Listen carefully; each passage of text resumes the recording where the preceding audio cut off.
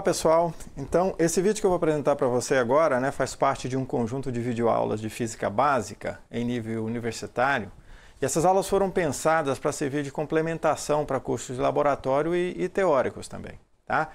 O vídeo vai ser mais ou menos focado na realização de um dado experimento, mas a gente também vai apresentar uma contextualização teórica que a gente julga ser necessária para o desenvolvimento desse experimento.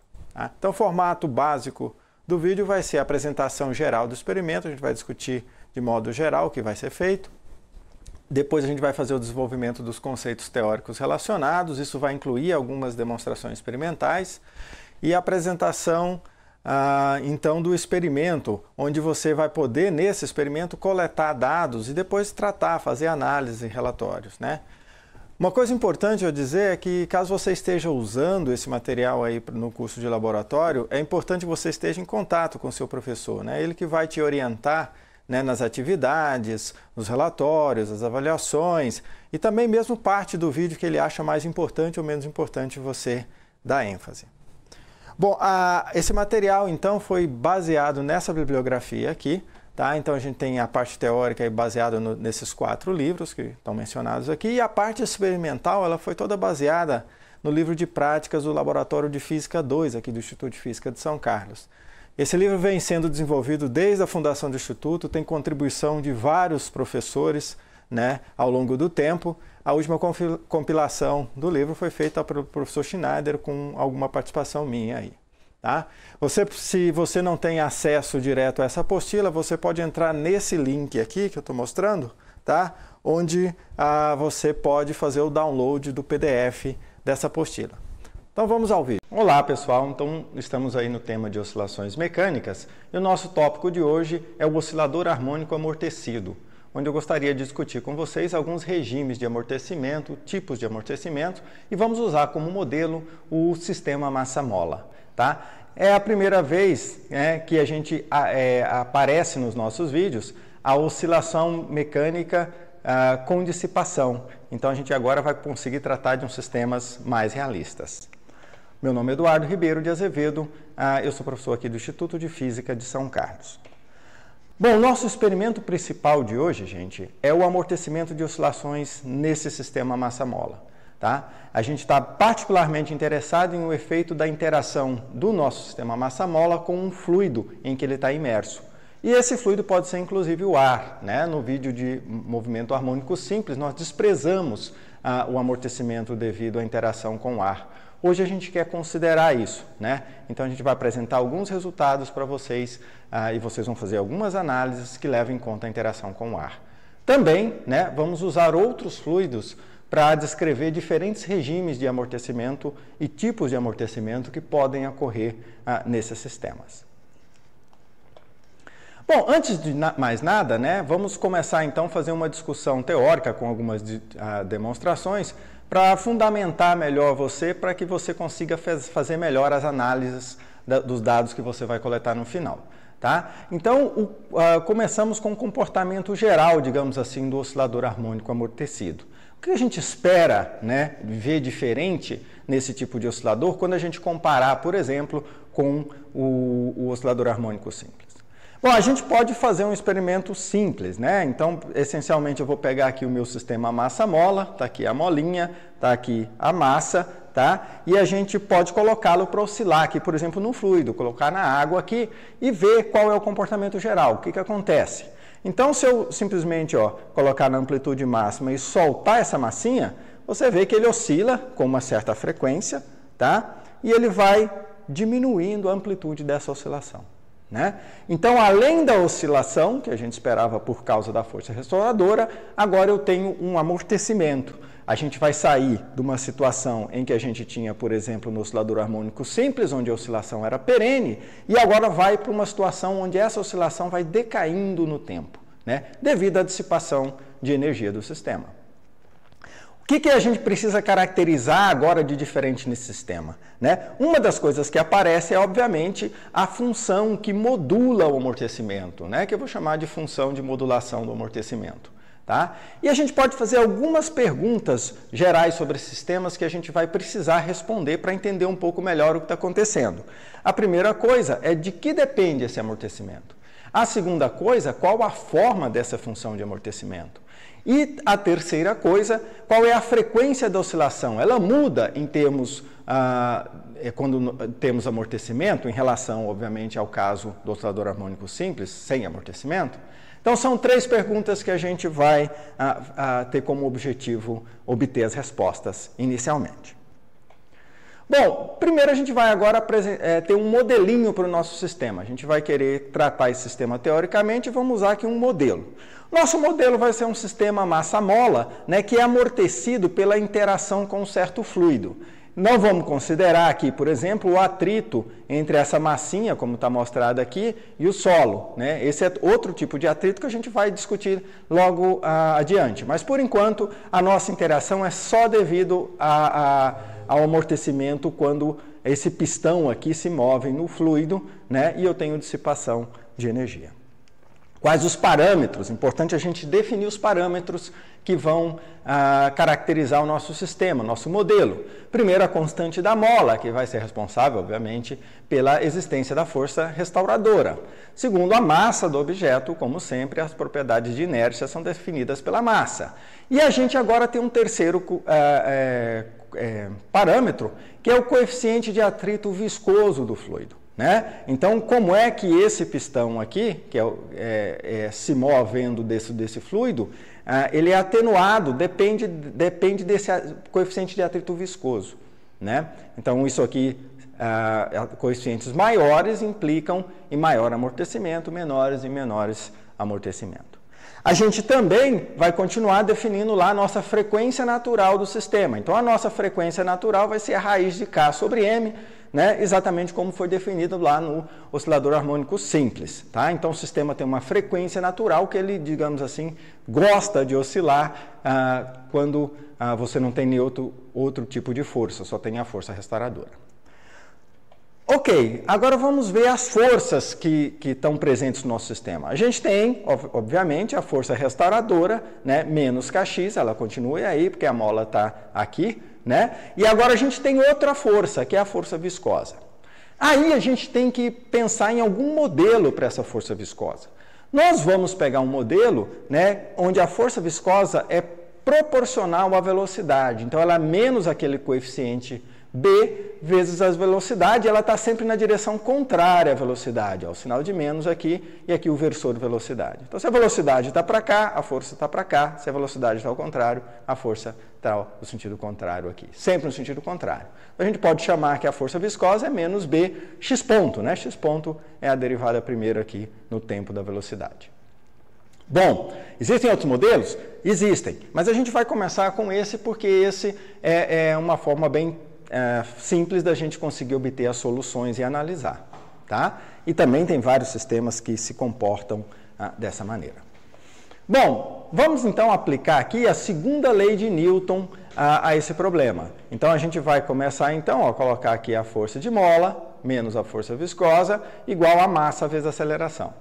Se eu rearranjar isso, eu posso, por exemplo, dividir todo mundo pela massa, né, e colocar tudo no mesmo lado da igualdade aqui. Eu tenho x ponto mais b sobre m, x2 pontos mais b sobre m x ponto, mais k sobre mx. Então, essa é a equação que eu obtenho. Substituindo aqui k sobre m por ômega quadrado, eu tenho o que seria a minha equação de movimento para o oscilador harmônico amortecido. Veja que, além agora dos termos da derivada segunda e da própria função, eu apareço com a derivada primeira, né, que é o termo devido à presença da dissipação, à presença do amortecimento.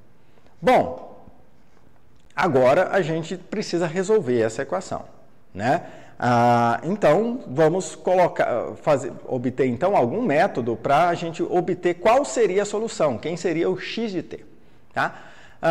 Vocês vão ter disponível para você um vídeo onde a gente usa um método mais formal, usando números complexos. Tá? Aqui a gente vai tentar discutir essa solução de uma maneira mais intuitiva. Né? E uma das maneiras que a gente pode aguçar a nossa intuição é perguntando para o experimento. Né? O que eu espero obter? Nós já fizemos essa análise. Né? Quando eu coloco aqui o sistema para oscilar, ele oscila com uma certa frequência, que não necessariamente precisa ser a frequência natural, mas ele também decai de acordo com uma função, né? Agora, qual seria a função, né? A gente sabe que a oscilação pode ser descrita, por exemplo, tá? Por uma função do tipo cosseno de ômega-t mais delta, vezes uma certa amplitude, como é o oscilador harmônico simples. Só que a frequência aqui, lembrando, não é necessariamente a frequência natural.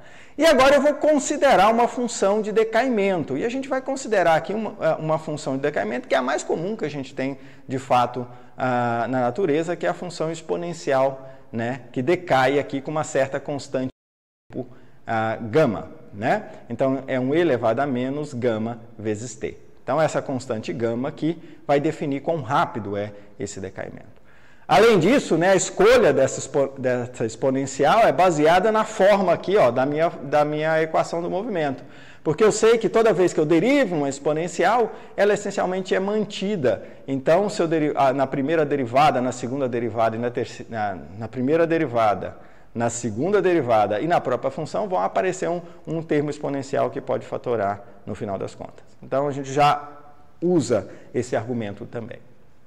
O que eu tenho que fazer agora? Bom, agora eu preciso descobrir quem é o gama e o ômega para que, de fato, isso seja a solução do meu problema. Lembrando que eu já tenho aqui duas constantes arbitrárias, A e delta, né? Uma equação diferencial de segunda ordem, aqui linear, ela tem sempre que ser escrita em termos de duas constantes arbitrárias, né? Porque envolve basicamente duas integrações.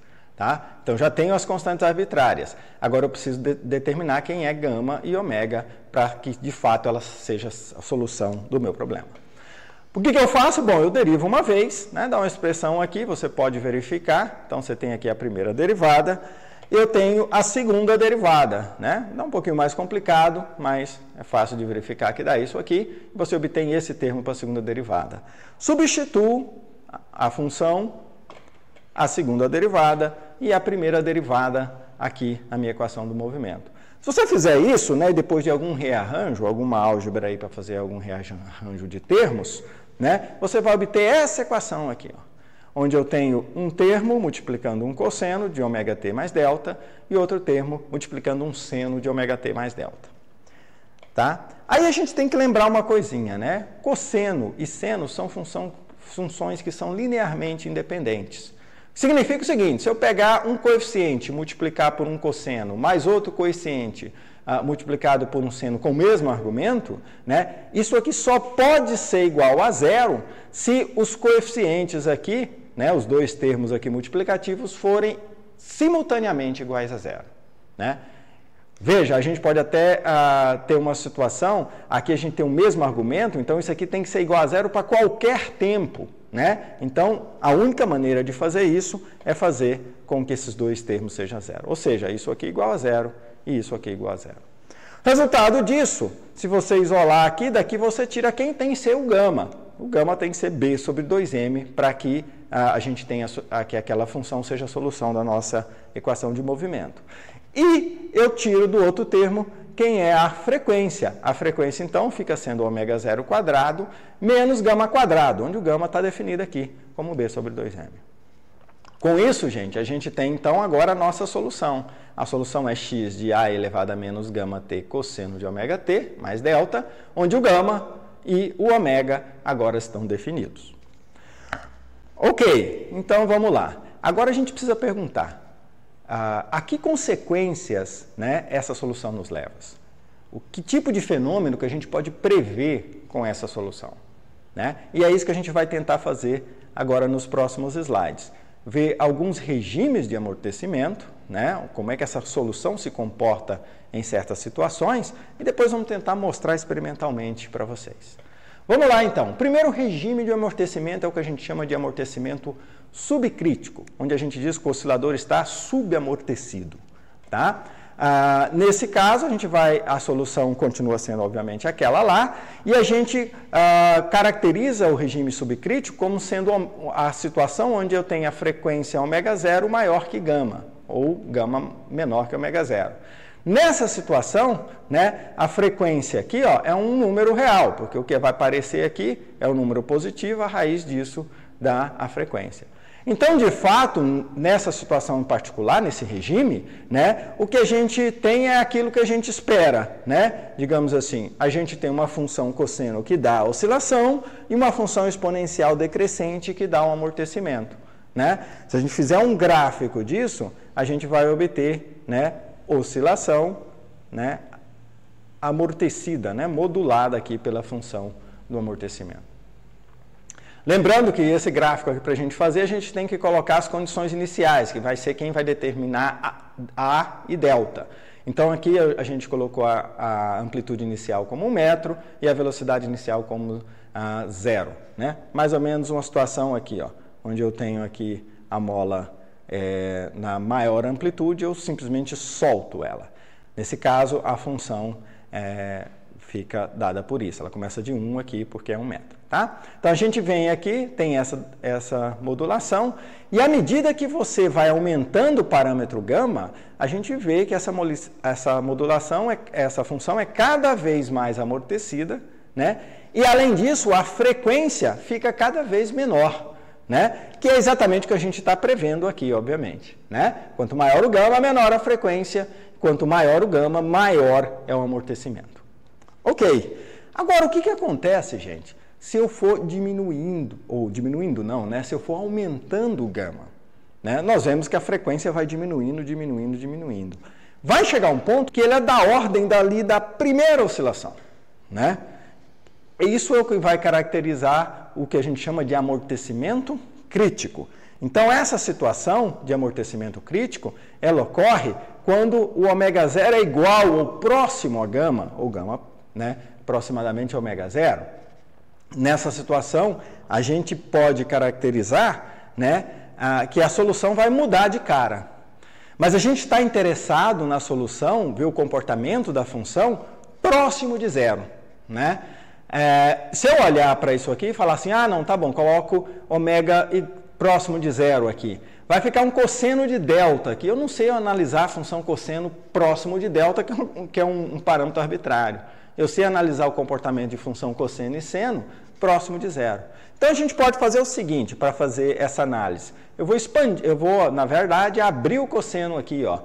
Cosseno de A mais B. Isso dá cosseno de ômega t, cosseno de delta, menos seno de ômega t, seno de delta.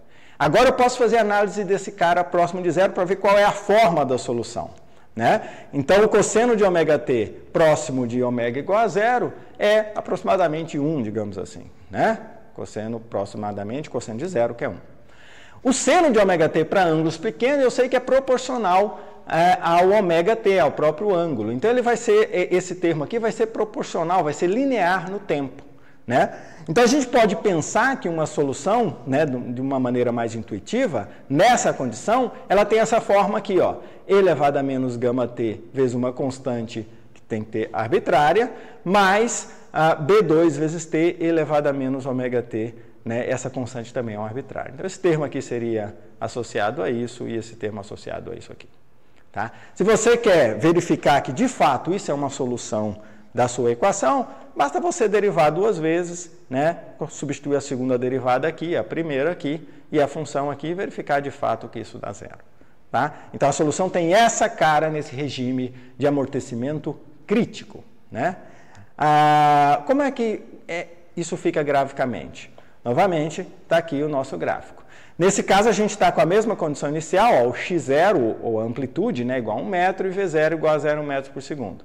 Como é que eu coloco isso na minha solução? Basta eu colocar aqui, ó, 1 metro igual a B1 mais B2, esse termo vai para zero, e se você toma a derivada e substitui o zero aqui, você obtém outra equação para B1, para B2, você determina as constantes. Então, dá essa função aqui nessas condições iniciais. É importante que você faça esse treino de colocar as condições iniciais e ver como é que a função fica. Tá? Aqui a gente está com gama igual a π sobre 2, né, que é 1,57 segundos a menos 1, que é a mesma frequência ômega zero. E olha o que acontece, gente. Ó, agora eu não tenho mais oscilação, eu simplesmente tenho uma queda abrupta, né, de acordo com essa função aqui. Tá? Então eu vejo o sistema cair abruptamente decair abruptamente sem oscilar. Isso é o que a gente caracteriza como amortecimento crítico. Bom, mas o que acontece se eu continuar aumentando gama e for no limite em que esse gama ele é maior do que ômega zero, ou seja, ômega zero menor que gama, né? Nesse caso, a situação para você analisar talvez seja um pouco mais, digamos assim, delicada, não delicada, mas assim, mais necessita você fazer um truquezinho matemático aqui, né? Por quê? Porque olha só, agora essa frequência aqui, ó, se esse ômega zero é menor que gama, né, isso aqui fica um número negativo. Então eu tenho uma raiz de um número negativo. A gente pode escrever como sendo menos 1 vezes gama quadrado menos ômega zero quadrado, isso aqui é um número positivo, né? E isso então, ó, vai ficar a raiz de menos 1, que dá o imaginário puro aqui, né? Vezes a raiz de um número positivo, então esse aqui é um número real.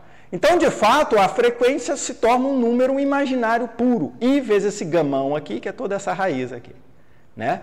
Bom, mas peraí, frequência é uma coisa que a gente mede, né? A gente mede período e determina a frequência. Então, uma grandeza física mensurável. Não pode ser um número complexo, né? O que significa isso aqui se tornar um número complexo? Na verdade, primeiro eu não tenho como definir frequência, o que sugere que o sistema não vai oscilar nessa situação, né? Mas se a gente pegar esse agora parâmetro, né, digamos assim, não vou mais chamar de frequência, e falar que esse parâmetro é I vezes esse gamão aqui, abrir o cosseno na sua expansão em números complexos, vocês podem ver isso aí lá no vídeo teórico de movimento harmônico simples, tá? Ou em qualquer livro, ou em vários lugares que você vai achar isso, né? Substituir isso aqui, você vai ver que a função se torna uma coisa desse tipo aqui, ó, né? Onde eu tenho uma constante arbitrária, como eu sempre mantenho, elevada a menos gama mais gamão vezes t, e a outra constante arbitrária vezes e elevada a menos gamão vezes t. Então, agora eu tenho duas funções que decaem, não tenho, de fato, nenhuma oscilação, como era esperado, né? Novamente, se você quiser ver se isso realmente satisfaz a solução, basta derivar duas vezes, uma vez, e substituir aqui. Qual que é o comportamento agora disso, gente? Vamos lá, olha só. Novamente, né, coloco lá as condições iniciais, usando a mesma regrinha de antes, e o que você vai obter é uma função desse tipo aqui, ó, que tem um termo, né, que decai com a diferença entre gama e gamão, e outro termo que decai com a soma entre gama e gamão. O que acontece, então, é que agora eu tenho um decaimento, mas se você comparar, né, os parâmetros aqui são os mesmos, os outros parâmetros, com exceção do gama, são os mesmos lá do amortecimento crítico, você vai ver que ele decai mais lentamente. E a razão disso é porque tem esse termo aqui, ó, onde você tem um decaimento, digamos aqui, reduzido pela diferença aqui, né? Isso é interessante, porque comparando os três regimes, eu vejo claramente, ó, um regime oscila e decai com uma constante gama, né, com exponencial de acordo com a sua constante de decaimento. Se eu vou para o regime crítico, o sistema decai rapidamente. Então, o sistema tenta oscilar, mas rapidamente o amortecimento mata essa oscilação e ele simplesmente decai, né? No amortecimento supercrítico, que é o nosso terceiro regime aqui, né, eu vejo, de fato, um decaimento mais suave, porque aí o que prevalece, de fato, é só o decaimento. E tem aquele termo lá, que é a diferença de gaminha e o gamão lá, né? Então, a gente tem esses três tipos de regimes nesse sistema. Lembrando que a gente está supondo aqui que a minha força viscosa é proporcional à velocidade, então, um modelo específico. Agora, gente, já que a gente colocou dissipação no sistema, vamos nos perguntar, onde é que a gente usa isso, né? Porque agora a coisa ficou prática, ficou bem real, né? E, de fato, né, em qualquer sistema que envolve amortecedores, você vai ter esse tipo de coisa. Por exemplo, se eu pensar num amortecedor desse tipo aqui, ó, eu tenho aqui uma câmara de óleo, um pistão, né, que se move nessa câmara de óleo, aqui eu conecto as molas do sistema, que vão dar as oscilações, né? Se você olhar a similaridade aqui com o nosso modelinho, a gente vê que na verdade é idêntico, né? O pistão se movendo dentro de um fluido viscoso. Isso vai provocar o amortecimento. Então, se isso aqui está conectado a uma mola, vai fazer a oscilação ser amortecida. E eu posso atingir esses 3 diferentes regimes dependendo da viscosidade do óleo que eu coloco aqui dentro, né? Você não precisa nem usar óleo. Alguns amortecedores usam sistemas, né, que provocam atenuação, né, dos amortecimentos também. Um exemplo muito comum que a gente vê todo dia praticamente, né, é a mola de porta, tá? Se você pensar numa mola de porta desse tipo aqui, né, você vai lá, está lá com a sua porta, você abre a porta e depois ela fecha suavemente até chegar novamente na posição de equilíbrio. Se você não tivesse o amortecedor lá nessa mola, né, esse cara ia oscilar mais ou menos igual lá as portas de saloon lá dos filmes de faroeste, né? A mola vai fazendo isso e para. Ou seja, naquele caso a mola está no regime subamortecido. Agora, nessas nossas molas, você usa o amortecedor para provocar um amortecimento lento e o sistema ideal estaria no regime crítico, né? Onde a mola simplesmente fecha suavemente e rapidamente, né? Então você aqui usa essa propriedade de amortecimento crítico ou supercrítico, né? Para fazer esse comportamento e a mola não bater, né? A porta não bater. Outro exemplo agora, digamos assim, um pouco mais tecnológico, a gente tem nos nossos carros, os amortecedores do nosso carro, né? Aqui você tem a mola e conectada à mola aqui, você tem por dentro o amortecedor. Então, é um sistema massa-mola amortecido, igualzinho a gente acabou de modelar, né? Com isso, quando o carro passa no buraco ali, ao invés dele simplesmente fazer isso aqui, a mola, né, vai fazer ele pular, ele faz isso e o amortecedor age fazendo com que a oscilação seja amortecida, tá? E aí você consegue ter, né, mesmo numa situação aqui cheia de morros aqui, ó, o carro faz um movimento bastante suave, tá? Por causa da presença do oscilador harmônico amortecido aí. Obviamente, o pessoal faz umas brincadeiras em que eles retiram, por exemplo, o amortecedor do carro, né? Deixa só a mola. E olha só como o carro fica. Esse é um exemplo. Veja que a rua nem é muito esburacada não, mas o carro fica lá pulando, né? Feito uma pipoquinha aí. Se você preferir um exemplo mais tecnológico para esses amortecedores, né, a gente pode citar aqui, por exemplo, a gente aqui no Brasil não tem muito esse problema com terremotos, mas nos países que tem, as estruturas, né, dos prédios e das construções, elas são todas, né, ou muitas delas, têm esses amortecedores. A ideia é exatamente para absorver a energia que vem do terremoto, que chacoalha a construção, então você absorve essa energia e amortece de forma que a construção fica menos suscetível ao efeito desses terremotos, tá? Olha o tamanho desses amortecedores aqui, né? Só para ter uma ideia de dimensão. Olha o tamanho do senhor aqui, né? Olha o tamanho desse amortecedor aqui.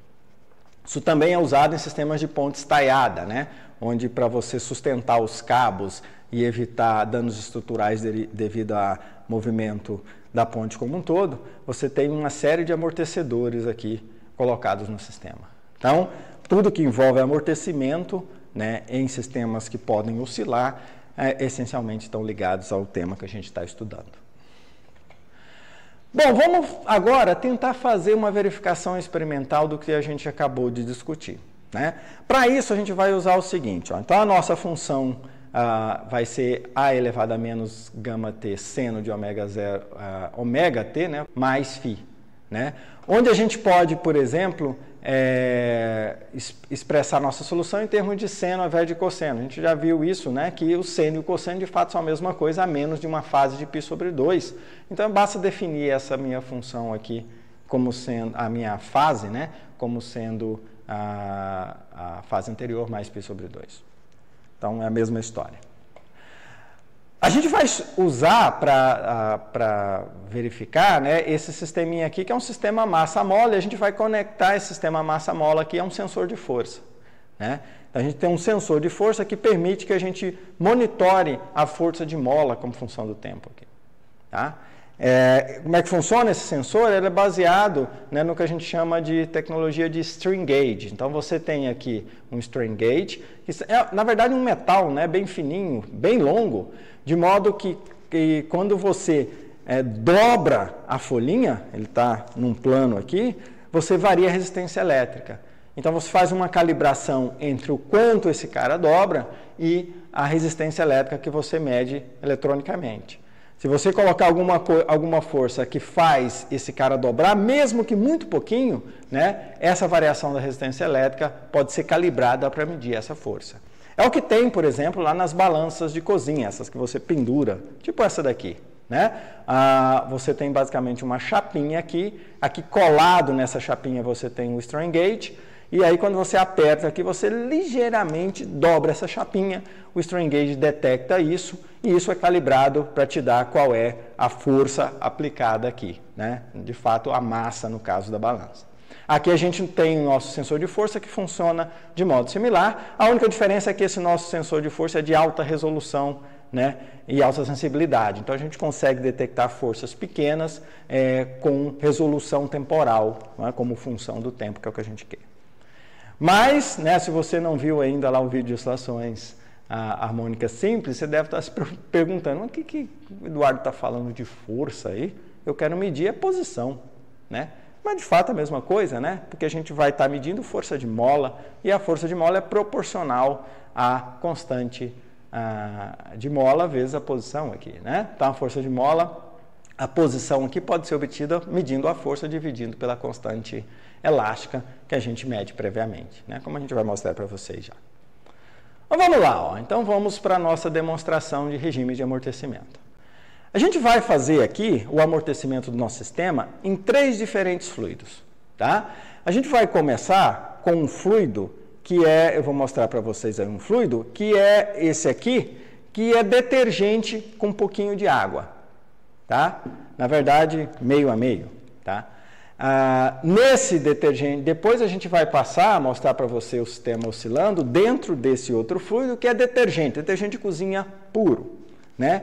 E por último, a gente vai usar um fluido ainda mais viscoso, que é esse aqui, que é álcool em gel, né? Então a gente vai usar esses 3 fluidos aqui. Só para vocês terem uma ideia, eu vou verter aqui, né? E você pode verificar, ter uma ideia de como é diferente a viscosidade dos 3 fluidos. Então esse aqui é o detergente com água. Veja que ele vai retinho aqui. Agora, o detergente puro, olha como demora mais, ó, como ele se curva mais, porque é mais viscoso. E agora, o álcool em gel, que é muito viscoso, olha lá. Tem dificuldade de sair aqui do vasilhame. Então, vamos lá, vamos ver o nosso resultado, então. Tá aí, ó. Aí primeiro um detergente com água.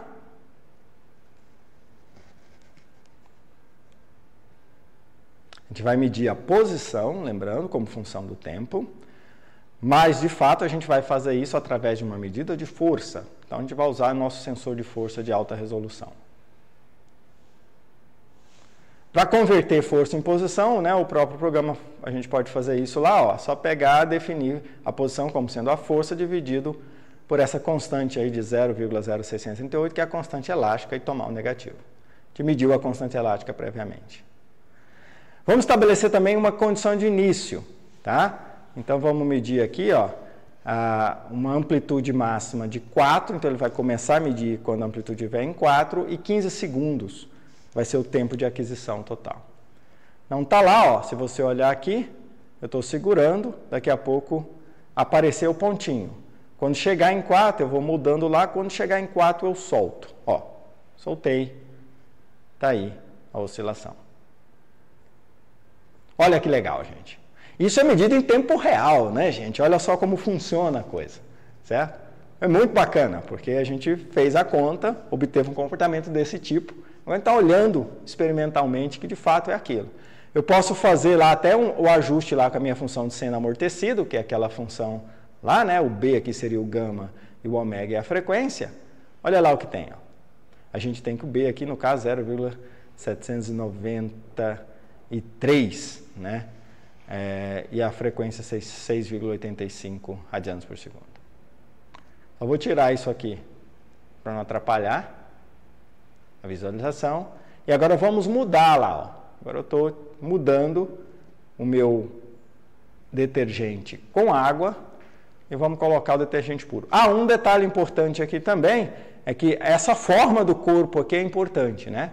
Nós, de fato, escolhemos a forma, tentamos várias coisas para a gente conseguir os resultados que a gente obtém aqui e mostrar para vocês. Porque isso mexe com a constante B. Tá, agora, ó, detergente.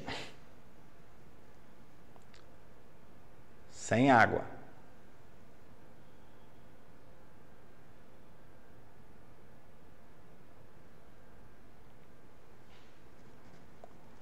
Vamos lá.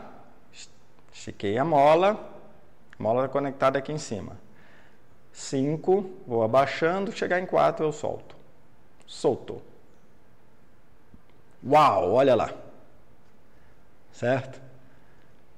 Regime crítico, né? Então a gente conseguiu o sistema tenta oscilar, mas o amortecimento mata, né? Isso rapidamente.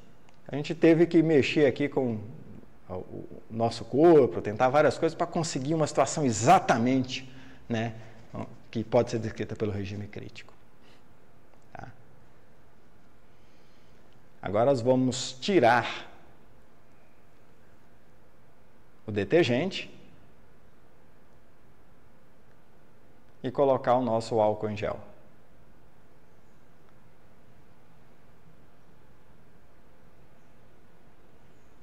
Dá uma ajeitada lá. Tirou, sai daí detergente, entra o álcool em gel. Vou mostrar para vocês que de fato é álcool em gel, é o galão de álcool em gel. Álcool em gel de limpeza, viu, gente?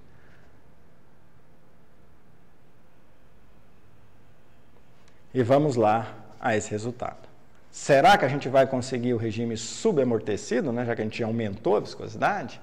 E vai ficar mais lento o decaimento? Vamos ver. Olha lá. 4, soltou. Olha que lindo. Né? Decaimento mais lento, embora o líquido seja mais viscoso. Certo? Porque a gente saiu do regime crítico, foi para o regime supercrítico. Tá? Então veja que a gente tem aqui uma demonstração muito clara desses 3 regimes de amortecimento, mostrada na prática, né? O que é o mais interessante.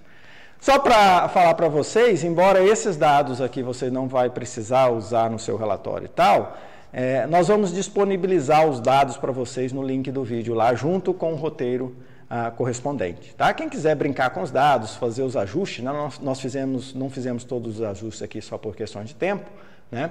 Mas você pode fazer isso. Se tiver alguma dúvida também pode me contatar por e-mail.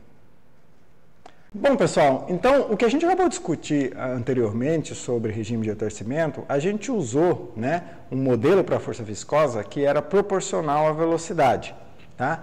Mas existem outros tipos de amortecimento que podem ocorrer por outros tipos de forças de atrito, de forças dissipativas. Né? Então, o que eu gostaria de discutir com vocês agora, nos próximos slides, é como essa forma de amortecimento muda se você muda o tipo de força dissipativa. Tá? Então, vamos começar pelo, digamos assim, a força dissipativa mais comum para vocês, que é o que a gente chama de atrito seco ou atrito de Coulomb, que ocorre quando você tem atrito entre duas superfícies sólidas. Né? Então, é o atrito convencional, que é sempre contrário à direção do movimento, mas é constante, não depende da velocidade. Né? Ele chama atrito de Coulomb porque, de fato, essas forças de interação na superfície, elas são forças eletrostáticas, são forças tipo Coulomb. Né? Então, a gente pode descrever esse tipo de amortecimento como sendo uma constante contrária à velocidade, né? Que normalmente, se você estiver na superfície plana, é o famoso coeficiente de atrito cinético vezes a normal, no caso mg. Tá? Então, o primeiro tipo de atrito que a gente vai discutir. A gente também vai discutir, né, rediscutir, digamos assim, o nosso atrito BV, que a gente vai chamar aqui de atrito de Stokes ou atrito linear, tá? Esse tipo de regime, ele ocorre geralmente quando você tem baixas velocidades, tá, e objetos pequenos. Agora, o conceito de baixo e pequeno aí é muito relativo, né? Depende de muito das propriedades do fluido, né? Já que a gente está falando de um atrito que envolve um corpo sólido, né, digamos assim, imerso ou interagindo com um fluido. Tá?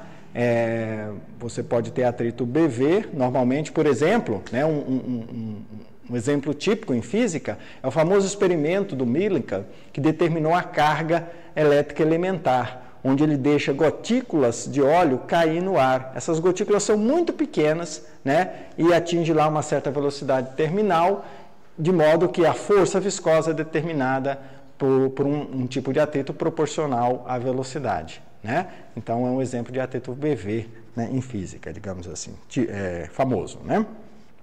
Mas, em muitas situações, a interação de fluidos com sólidos, ela não ocorre de modo que você possa modelar pelo atrito BV.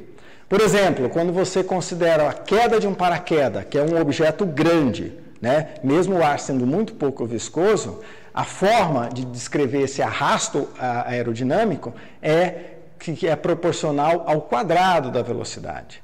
Tá? O movimento de um avião no ar também, o arrasto aerodinâmico, ele é descrito por o que a gente chama de atrito quadrático, né? Vai com o quadrado da velocidade. Tá? E mesmo em mais baixas velocidades, às vezes esse atrito quadrático pode estar presente. E, de fato, né, você pode ter, inclusive, durante o movimento do sistema, uma mudança de regime, porque se você tem um sistema que varia a velocidade, né, você pode sair de um atrito BV e ir para um atrito quadrático ou vice-versa, né, você está aumentando ou diminuindo a velocidade. Tá? E no meio disso, pode ter outros regimes que não sejam nem BV, nem BV quadrado, mas esse é um assunto bem mais complexo. A gente vai tratar aqui esses três tipos de atrito, que são os mais comuns. E estamos mais, digamos assim, interessados no caso da interação de sólidos com fluidos. Então, vamos lá. Então, começando aqui pelo nosso atrito seco.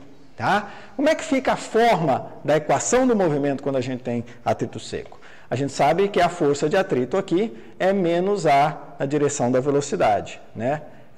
Então, a gente tem, pode escrever menos Kx vezes A, que é uma constante, igual a massa vezes aceleração.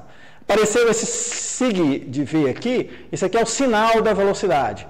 Já que lá no atrito BV, como era linear com velocidade, o próprio valor da velocidade se encarregava de mudar a direção. Aqui não, né? Então eu tenho que colocar aqui, se o sinal da velocidade é positivo, entra um número negativo, contrário. Se o sinal da velocidade for negativo, entra um número positivo, né? Sempre contrário à direção da velocidade. Então, essa é a nossa equação do movimento, tá? Que a gente pode reescrever, né, em termos do ômega zero aqui, que é x2 pontos mais ômega zero quadrado x, mais o sinal da velocidade, que é um módulo de x2 pontos, vezes a nossa constante A.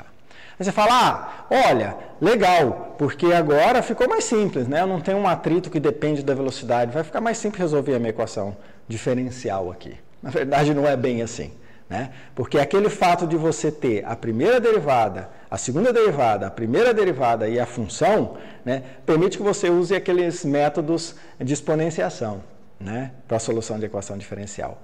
Aqui não, aqui é muito mais complicado resolver isso. E, de fato, para você resolver isso, você tem que considerar situações especiais, né? Então, a gente optou para mostrar para vocês qual é o comportamento da função de amortecimento nessa situação, fazendo soluções numéricas dessa equação. Então, nós vamos apresentar para vocês algumas soluções numéricas dessa equação aqui.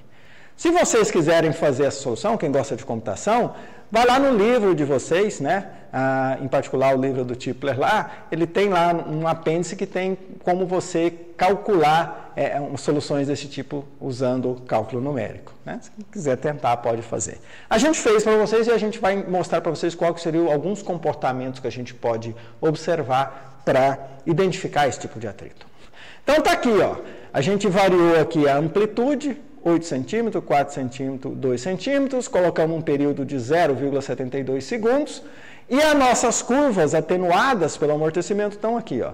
Olha que interessante, o amortecimento agora não é, obviamente, aquele amortecimento exponencial. A amplitude vai caindo linearmente com o tempo, né? E quanto menor a amplitude, você tem, começa da situação inicial menor, mas o coeficiente angular do decaimento aqui, ó, é sempre mantido. Então, características desse atrito: decaimento linear, coeficiente angular que independe da amplitude que você solta. A gente pode ver isso melhor plotando, né, ou graficando as amplitudes a cada período de oscilação, né?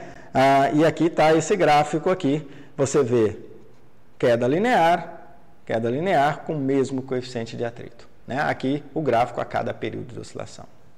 Tá? Se você quiser ver, né, nesse artigo aqui, o pessoal resolveu essa equação, mas você não consegue resolvê-la para qualquer tempo, você consegue resolver para cada meio período de oscilação. Então lá tem uma formulazinha que você poderia replicar esses comportamentos aqui a cada meio período de oscilação. Mas fica aí para quem estiver interessado. O outro tipo de amortecimento, nós já falamos bastante dele, eu não vou ficar repetindo aqui. É o atrito BV, que nós já, inclusive, obtivemos a solução analítica aqui, que é desse tipo, né, com essa frequência e essa constante de decaimento. Tá? E o comportamento é aquele lá, né? A gente tem um decaimento exponencial. Aqui a gente pode ver que esse decaimento é independente da amplitude, então se eu vario a amplitude aqui, né, eu vejo que o decaimento é similar. Para a gente ver isso, uma maneira bem simples é simplesmente fazer um gráfico das amplitudes a cada período de oscilação aqui, só que normalizado pela amplitude inicial, né? Se realmente isso aqui for independente da amplitude, tá? A gente tem que todas as curvas vão cair uma em cima da outra, tá? Só mencionando, né, para a gente ter uma comparação mais equânime aqui, a gente fez simulações numéricas também. Então, isso aqui são resultados de simulações numéricas, não é simplesmente o gráfico da nossa função analítica. Mas o resultado é a mesma coisa, tá? Então, aqui está o gráfico dessas amplitudes, todo mundo cai, né, em cima da mesma curva, o que mostra que o decaimento é independente da amplitude, como deveria ser. E agora vamos para o nosso atrito quadrático. Tá? Então, agora a gente tem a força que vai com menos CV quadrado, a gente pode colocar isso dessa maneira aqui, tá? E a nossa equação de movimento seria uma coisa aqui. Novamente, a gente perde aquela linearidade da equação diferencial. Isso torna a solução bem mais complicada. Então, você tem que usar métodos específicos, que não é o nosso objetivo, né? Mas a gente pode resolver isso numericamente. Foi o que a gente fez para a gente dar alguns comportamentos para que depois você possa, por exemplo, fundamentar melhor a sua análise de dados lá na frente. Bom, vamos lá. Então, o que você tem aqui, ó, é um decaimento que parece muito com o atrito BV. Ó. Olha, ele decai e oscila. Se você olhar o olho aqui, você pode até dizer que isso aqui é um decaimento exponencial. Mas, na verdade, tem alguns detalhes importantes. Ó. Nós variamos a amplitude e você vê que, inicialmente, você tem um decaimento rápido e, à medida que a amplitude vai diminuindo, esse decaimento rápido aqui ele vai ficando mais lento. Né? E, de fato, se você olhar com mais carinho essa curva aqui, ela tem um decaimento rápido no começo e depois fica mais lento.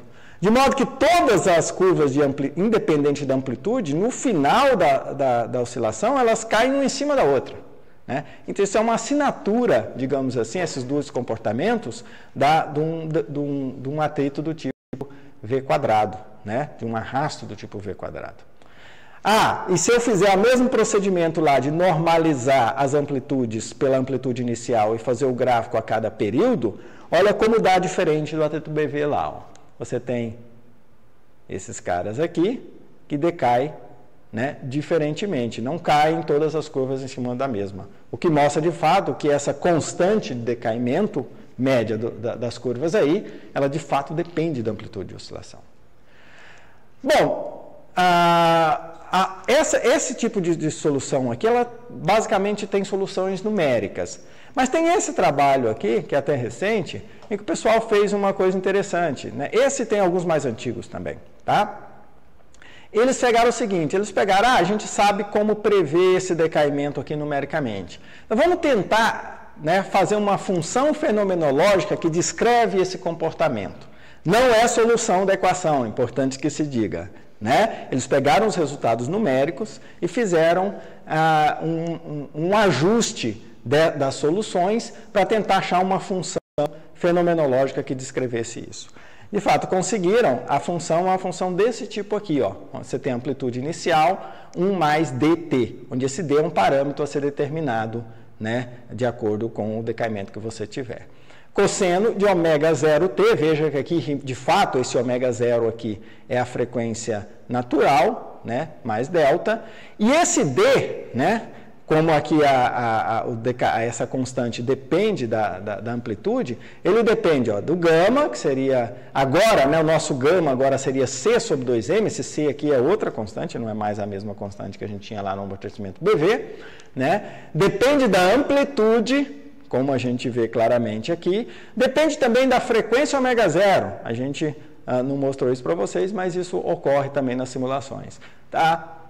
Então, a gente tem uma constante de decaimento que depende de todos esses parâmetros. Tá? Com isso, você consegue modelar, né, digamos, curvas que se comportam, né, com atrito BV quadrado.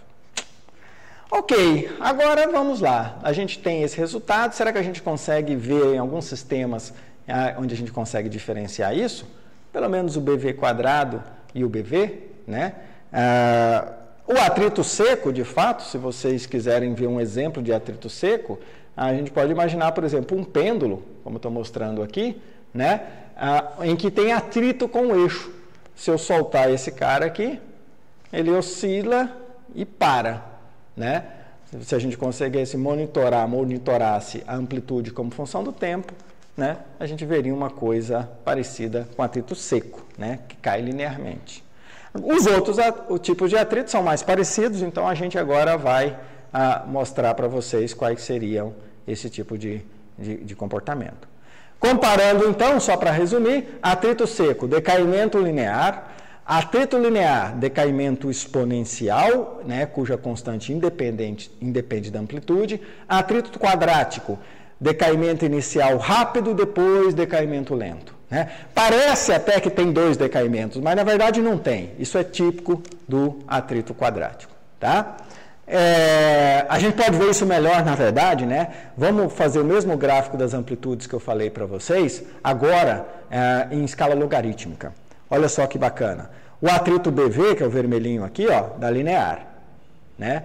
O linear, ele dá uma função com concavidade negativa. E o quadrático dá aquela coisa que parece, ó, um decaimento rápido no início, um decaimento lento depois. Né? Então, parece que tem 2 regimes de decaimento aí, mas que, de fato, está tudo expresso dentro do comportamento quadrático do arrasto. Então, vamos lá para uma demonstração experimental disso, tá bom? A gente vai usar 2 fluidos diferentes, tá? Então, a gente vai usar aqui o nosso detergente puro, tá? E nós vamos usar água, tá? Mas você falou assim, mas você usou o detergente puro e deu regime crítico, né? Não vai dar a mesma coisa? Não, porque agora a gente vai estar usando outro corpo, né? E não é mais aquele corpinho que a gente tinha usado, que era esse aqui, ó. A gente mudou o corpo, mudou o coeficiente B, né?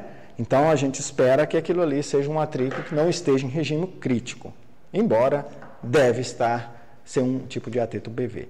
E na água, a gente vai fazer também com esse corpinho, vamos ver o que dá. Vamos lá, então. Então, vamos estabelecer novamente as condições de início.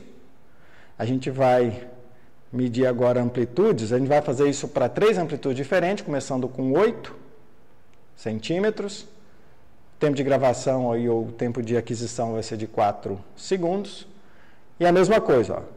Aqui coloquei o sistema, a mola está aqui em cima, deixei oscilar. Agora você vê que ele decai, oscila algumas vezes, né? Para a gente ver de fato que é um atrito tipo BV, vamos fazer o ajuste aqui com a nossa função de seno amortecido. E veja que o ajuste é bastante bom. Vamos mudar a condição de início. Agora, ó, outra amplitude. De novo. Vai lá. vai aparecer o pontinho e vamos descer até 4, agora, a 6 agora, soltou. Olha que legal, ó. Você tem o mesmo tipo de regime. Né? Não mudou muito. Mudou um pouquinho a fase inicial aqui, mas é porque é difícil você soltar exatamente na mesma condição. Agora 4 de amplitude, novamente, colocou lá, esticou, vamos descer até 4 e soltar. Agora já está fazendo um ajuste automático aqui, né? Por isso que fica aparecendo esse cara aí. Soltou, tá lá. Vê que ele decai e vai todo mundo para 0 no final. Lembra que se isso aí for um atrito BV, a gente tem que ter que a constante de decaimento é independente da amplitude. Por isso que a gente está variando a amplitude para vocês verem. Agora 2 centímetros. Subiu, subiu, até 2. Desceu. Soltou. Daí. Tá? Olha só. Só comparando aqui, ó, B 2,64, 2,53, 2,49, 2,43, ou seja, mais ou menos tudo a mesma coisa, o que realmente a gente caracteriza isso como um tipo de atrito proporcional à velocidade. E na água, hein? Será como é que isso vai se comportar? Então vamos mostrar para vocês agora o mesmo experimento, o mesmo corpo, a mesma mala, tudo na água. Então primeiro vamos lá, estabelecer a condição de início. Começamos novamente com 8 centímetros de amplitude. A condição de parada a gente vai gravar por 30 segundos agora, que o decaimento vai ser bem mais longo. Nosso tempo de aquisição 30 segundos. Aumentou, vai aparecer o pontinho lá. Chegou em 8, deixou cair. Olha lá, oscilou. Legal, está decaindo aqui, ó, bem parecido com uma função exponencial, né? Olha só. Tempo real isso aqui, pessoal. A medida está sendo feita e está sendo gravada aqui para vocês. Foi gravada no vídeo, né? Simultaneamente. Você vê ele oscilar aqui, é o que ele está fazendo aqui. Decaiu, né? Está indo para 0. A gente ficou até 30 segundos. Ótimo, legal. Agora vamos para o próximo. Próxima amplitude, 6 centímetros. Vamos lá.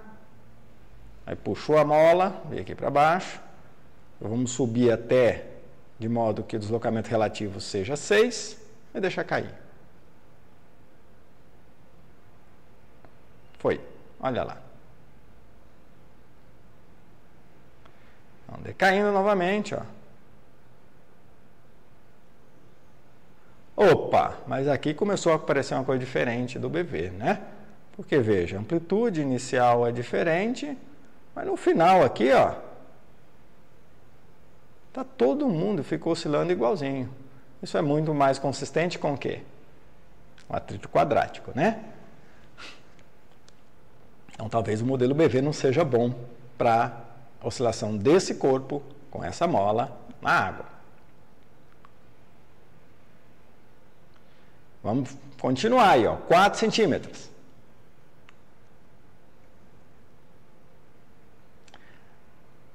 Novamente, esticamos a mola, vamos subir até 4, ou seja, quando o deslocamento relativo for 4, soltou.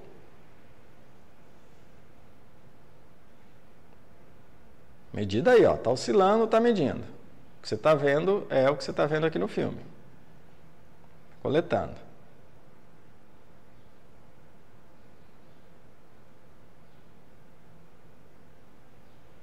Opa! De novo, né? Você tem aqui um decaimento e veja que o decaimento está ficando mais lento, esse decaimento inicial aqui, e no final, todo mundo fica parecidão. Vamos para a última amplitude, que é 2 centímetros.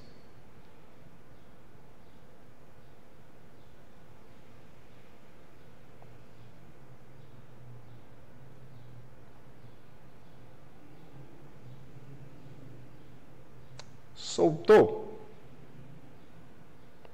Tá lá. Veja como ficou mais lento agora, gente, ó, em relação ao que era. Né? Olha que legal. Esse cara aqui está caindo bem mais lentamente. Ó. Quando eu tenho pequena amplitude. Mas com o tempo, cai todo mundo em cima da mesma coisa. Né? Então, isso essencialmente está dizendo que a gente, de fato, não tem um atrito BV nesse sistema oscilando na água. Ok, gente, então vamos lá para a parte de coleta de dados, né? Então, nosso experimento principal, onde a gente vai ver o amortecimento de oscilações do sistema massa-mola, tá? Só lembrando que as simulações que nós fizemos anteriormente, tá? As demonstrações experimentais que nós fizemos anteriormente, os dados vão estar também disponíveis para vocês, embora vocês não vão precisar usar isso, né, no seu relatório de prática. No seu relatório vai ser se ater aos dados que a gente vai apresentar daqui em diante, tá bom? Mas quem quiser pode fazer os ajustes e tal, e aprender um pouco mais. Bom, vamos lá então, né? O nosso experimento principal, então, a gente vai começar com o amortecimento do sistema massa-mola no ar, né? Então, o nosso primeiro fluido, né, vai ser o próprio ar. O nosso objetivo vai ser caracterizar o amortecimento do sistema massa-mola, né, nesse fluido. Uma coisa importante de dizer aqui é que a massa e a mola que nós vamos usar aqui, nesse que nós vamos apresentar aqui, é exatamente a mesma massa e a mesma mola que foram usadas lá no experimento do MHS. Então, todos os resultados que você obteve lá, todos os cálculos que você obteve, por exemplo, do período de oscilação, você pode usar aqui, né, nesse dado também, tá? Então, exatamente a mesma coisa. Nós vamos medir, então, o que a gente vai precisar medir agora? A gente vai precisar medir a posição de equilíbrio. Então, quando abrir aqui o vídeo, a câmera vai fazer um zoom, e a primeira coisa que você vai pegar é a posição de equilíbrio, para determinar, porque todos os deslocamentos são em relação a essa posição de equilíbrio. Depois você vai medir a posição inicial. Então, o Leandro vai lá esticar a mola até um certo ponto, a câmera vai dar um zoom e você vai medir qual é a posição inicial, né? A partir daí, você vai medir a amplitude a cada 20 oscilações completas. Veja que era diferente. Lá no MHS, a gente mediu a oscilação até 20 oscilações completas, porque lá a gente queria desprezar o efeito do ar, não queria ver o amortecimento. Agora a gente precisa caracterizar o amortecimento, então a gente tem que ir a tempos muito mais longos, tá? Como essa oscilação é muito rápida, né, fica difícil pegar cada oscilação, o vídeo ficaria muito, muito longo. Então a gente vai parar o vídeo, a gente vai mostrar o sistema oscilando perto de cada 20 oscilações. Então, perto de 20, perto de 40, perto de 60, perto de 80 e assim por diante. E você vai determinar a amplitude máxima de oscilação em torno daquele conjunto. Tá? Além disso, gente, vai ter um cronômetro aqui, ó, com precisão de décimo de segundos, como está dito aqui. Isso é só para você ter uma base, né, na sua medida. Quando você for determinar o tempo, que você vai fazer o gráfico lá, então você vai medir a amplitude como função do tempo, o tempo é melhor que você determine baseado no período de oscilação que você já sabe, né, que você obteve lá no experimento do MHS. Então, pegue lá o período de oscilação, multiplique por 20, você vai ter o tempo depois de 20 oscilações. Depois multiplique por 40, você vai ter o tempo depois de 40 e assim por diante. Tá? Então, é importante que você faça isso, é mais preciso. O cronômetro às vezes nem vai aparecer, nem vai ter como você colocar o tempo, porque a gente teve que fazer o zoom. Vamos lá. E depois disso, né, que você tiver a amplitude como função do tempo, você vai analisar a forma e os parâmetros relevantes daquela função de amortecimento. Esse é o nosso objetivo no caso do ar aqui, tá? Ok. Então tá aí, vamos começar. Então tá o Leandro lá, tá em câmera lenta, tá? Peguem aí a posição de equilíbrio, peguem alguma referência aí para você sempre usar a mesma, né, na sua medida. Agora, posição inicial, isso menos a posição de equilíbrio te dá a amplitude inicial da oscilação, começou a oscilar. Agora vai cortar o vídeo, ó, já está aparecendo a situação próximo de 20 oscilações, olha lá que legal. Então peguem aí qual o máximo em torno disso. Agora, ó, 40 oscilações. Tá? Você vai medindo. Se quiser ter uma base de tempo, está lá o cronômetro, mas usem o período. Agora 60.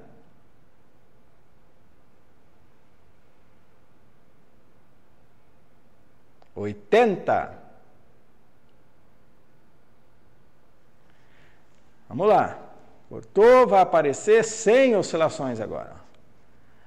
Lembrando sempre de usar sempre a mesma referência na sua medida. Se você pegou o final da bolinha, sempre usa o final da bolinha. 120 oscilações. Tá? 140 oscilações. Isso demorou bastante, viu, gente? Isso aí é uma 160 agora. Para pegar o número total de oscilações aí, esse vídeo aí a gente teve que gravar durante uns 8 minutos, mais ou menos. 180 oscilações. Aqui vai ser rápido porque a gente cortou as oscilações intermediárias, está mostrando para vocês só de cada 20 em 20. 200 oscilações.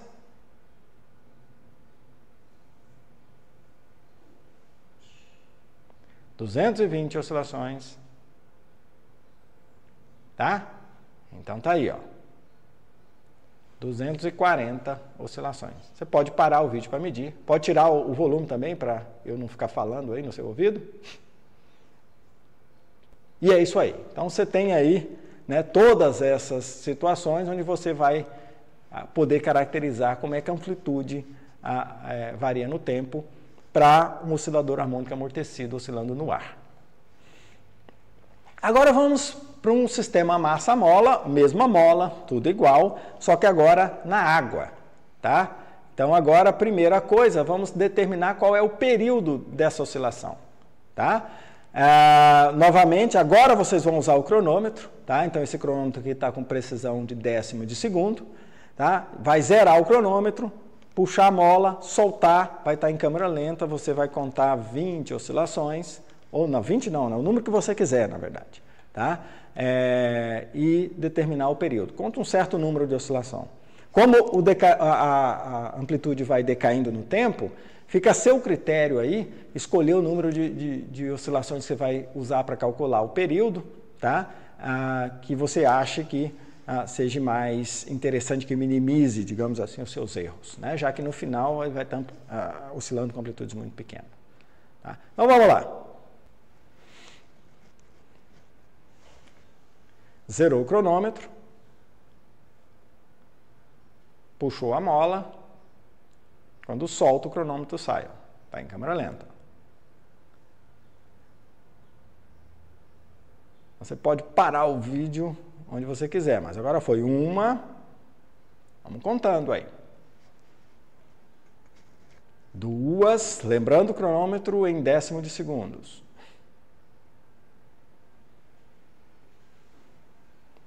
3.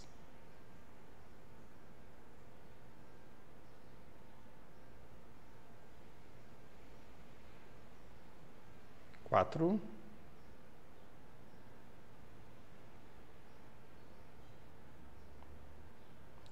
5.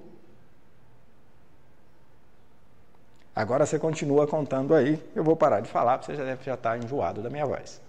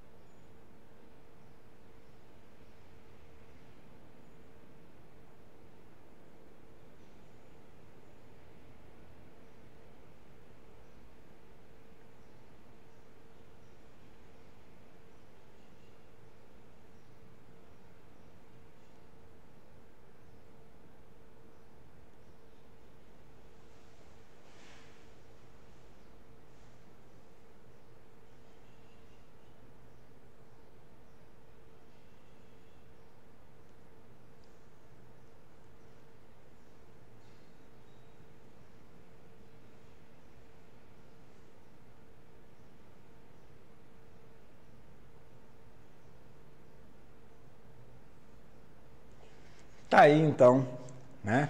Então fica a seu critério aí determinar o número de oscilações que você vai usar para determinar o período de oscilação na água, nesse caso. E por fim, vamos fazer a caracterização do movimento, do amortecimento, para o nosso oscilador oscilando na água, tá? Então, a mesma coisa, esse é o nosso objetivo. A gente vai medir a posição de equilíbrio, medir a posição inicial e depois medir a amplitude agora a cada oscilação completa. Então, nós vamos mostrar para vocês a situação, né, próximo de cada oscilação completa. Agora é muito mais, né, a gente não precisa adquirir tantos dados, a gente pode mostrar cada oscilação. Depois você vai ter novamente a amplitude como função do tempo. O tempo você novamente usa o período de oscilação para determinar, né, qual é a situação de cada tempo, tá? E depois você vai poder fazer análise do tipo de decaimento que você tem e determinar os parâmetros relevantes, tá bom? Ok, então vamos lá.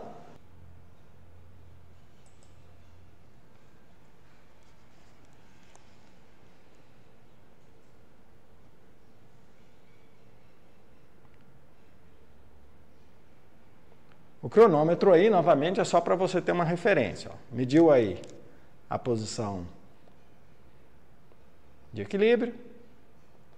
Agora o Leandro vai puxar, a mola está conectada aqui em cima, lembrando, né? Não está mostrando a mola, mas ela está lá. Aí é a posição inicial, isso menos a posição de equilíbrio da amplitude, de novo. Soltou. Ó, isso é meio período, você já pode medir. Qual foi a posição lá que ele chegou? Um período.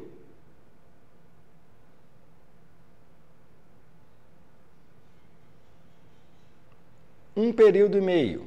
Eu tinha falado a cada oscilação completa, mas na verdade você pode medir a cada meia oscilação.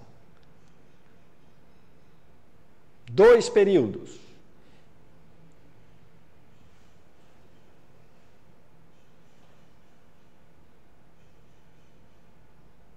2 períodos e meio.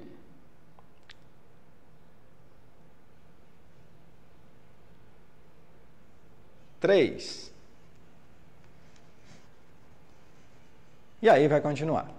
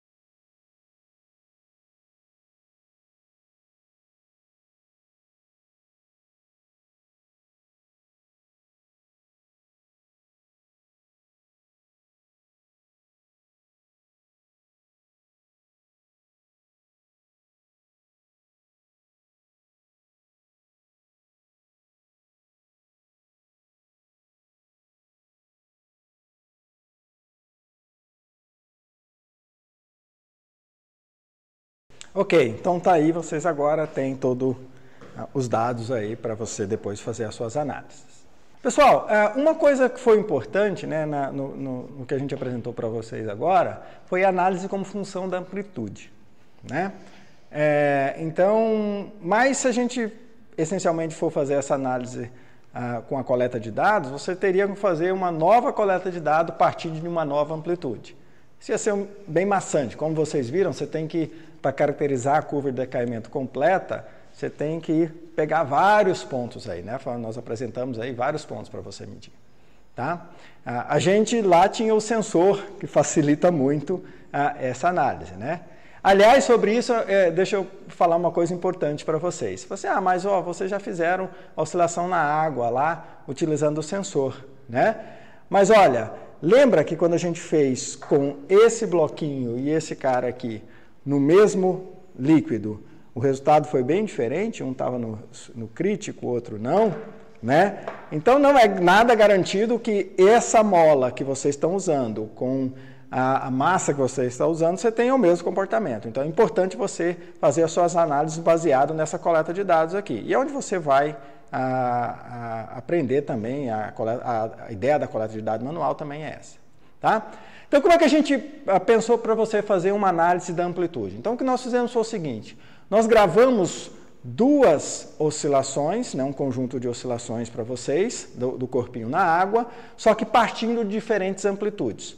A gente não vai colocar o vídeo em câmera lenta, então vai ser mais rápido, mas você pode usar isso para fazer uma análise qualitativa, tá? Então a gente sincronizou os dois vídeos, então vocês vão ver as duas massas fazendo o movimento com o mesmo período. E vamos ver então o que acontece. Depois você pode olhar esse vídeo com calma e ver, né, prever qualitativamente o que está acontecendo como função da amplitude. Então esse é o objetivo do que a gente vai mostrar para vocês agora, tá? Então vamos lá.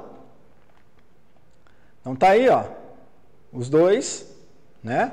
Esse partindo dessa amplitude e esse partindo dessa amplitude. As duas aqui, a mola foi esticada até esse ponto. Então, isso aqui representa a posição inicial. E a gente vai disparar os dois, né, simultaneamente. Foram duas medidas do mesmo sistema, não são dois sistemas diferentes, tá? Só que a gente uniu os vídeos e conseguiu sincronizar. Vamos ver o que dá? Olha lá.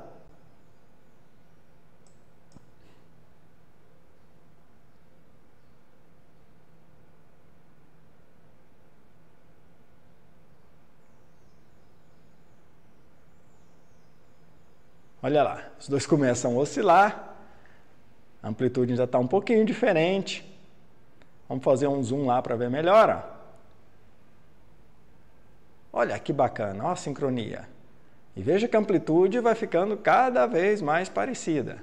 Então, no começo era diferente, agora está ficando parecida. Isso diz muito sobre o tipo de amortecimento que a gente tem, né? Como a gente discutiu. Então, vocês vão agora poder pensar um pouquinho nesse comportamento, né? E também na sua própria análise, né, do gráfico da amplitude como função do tempo, né, para tentar caracterizar qual o tipo de amortecimento que você tem, né? Além do regime, dos parâmetros, qual o tipo de amortecimento que você vai ter aí nesse caso. Tá? Então, veja lá agora que eles estão oscilando com amplitudes bem parecidas. Continuam oscilando aí. Bem baixinho, mas ainda estão.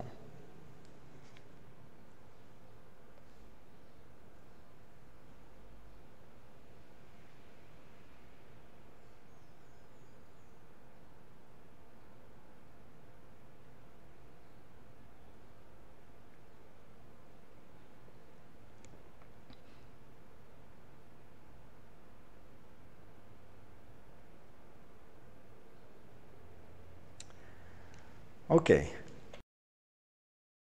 Só lembrando aqui, né, a posição de equilíbrio nesse caso foi de 266 centímetros, nesse caso foi 288, nessa medida dessa régua. Então a amplitude é a diferença entre eles.